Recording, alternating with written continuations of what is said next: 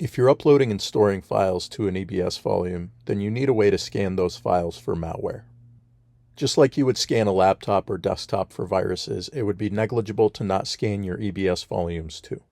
We protect pre-existing files stored in EBS volumes in two ways.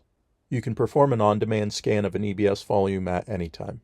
Once you log into your management console, go to your list of EBS volumes and select a single volume or multiple volumes.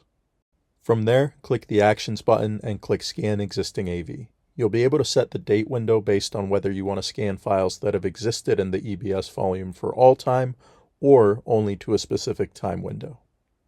If you only want to scan a specific path and ignore all other files in the volume, you can set a specific prefix to scan as well. After you click Scan Selected, we'll kick off a scan job in the background that will perform the work. You can navigate to the monitoring section of your AV console and then go to the Jobs page.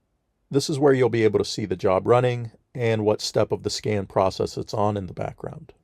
When the job kicks off, we'll first generate a snapshot of the EBS volume that needs to be scanned. After that, we will spin up an EC2 instance that will mount the snapshot, crawl it, and scan all files within the snapshot. We'll write any scan results to CloudWatch, and any problem file information will be written to DynamoDB and output to the problem files page of your console. Once the job completes, the scanning resources are torn down. If you have a need to periodically scan EBS volumes, you can do so through our scheduled scanning functionality. After you select the volume you want to perform scheduled scans on, you can set the frequency you want the scan to run on, anywhere from every 15 minutes to every hour to every day, month, year, or even quarter.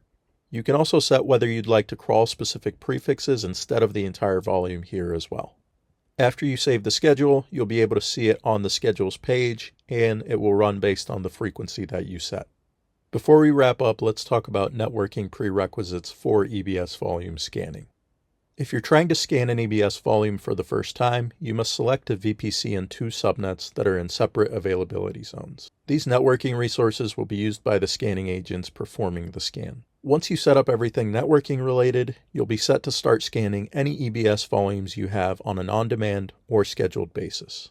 If you have EBS volumes you need to scan, our solution is the one for you.